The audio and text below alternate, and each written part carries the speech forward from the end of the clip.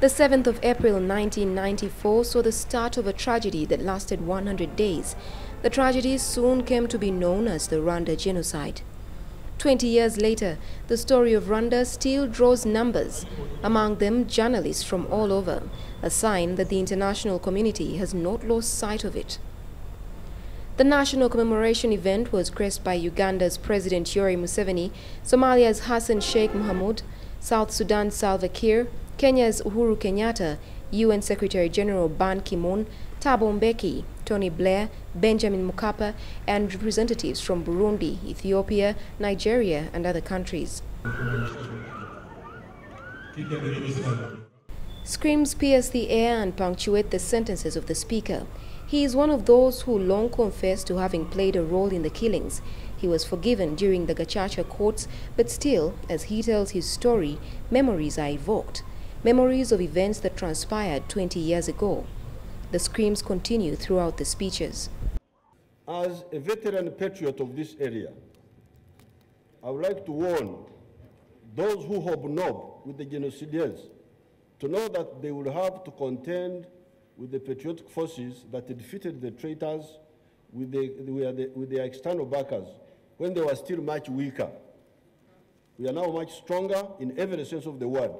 During the genocide and the events after, the international community, the UN and countries like the US, Britain and Belgium were criticized for their inaction. The African Union and the United Nations agree that they did not do enough. The silence of the international community in your hours of greatest need. Many United Nations personnel and others showed remarkable bravery, but we could have done much more. We should have done much more. We therefore gather today to renew before you with humility our vow that never again. President Paul Kagame has come under the spotlight in the last couple of days for reportedly saying that France had a direct role in the political preparation for genocide. The French government responded by pulling out of this year's event. They were noticeably absent today. This commemoration is about Rwanda, it's not about France. So we feel that France has missed a very important opportunity, for sure, to make amends and to get closer to this country and the people of this country. But by and large, this commemoration is mostly for us, the people of Rwanda. We're not too bothered by the absence of France.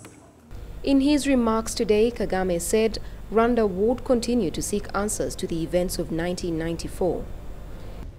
The passage of time should not obscure the facts,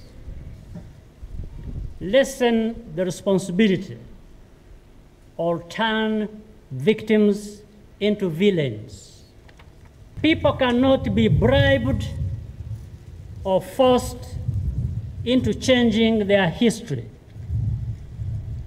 And no country is powerful enough, even when they think they are, to change the facts. After all, les faits sont têtus.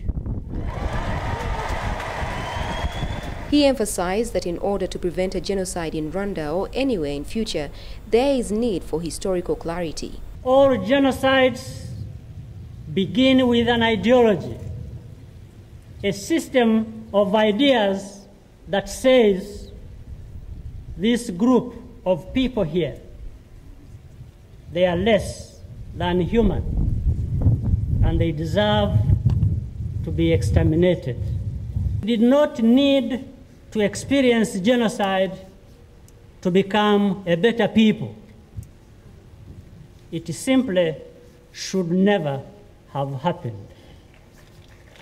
After the genocide, it was feared that Rwanda would be a failed state, a divided state, perhaps even become a permanent UN protectorate, or suffer an endless civil war with endless streams of refugees.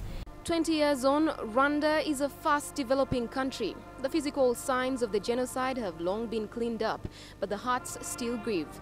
The people of Rwanda have not forgotten where they have been. They want to remember if it will help them to never go back.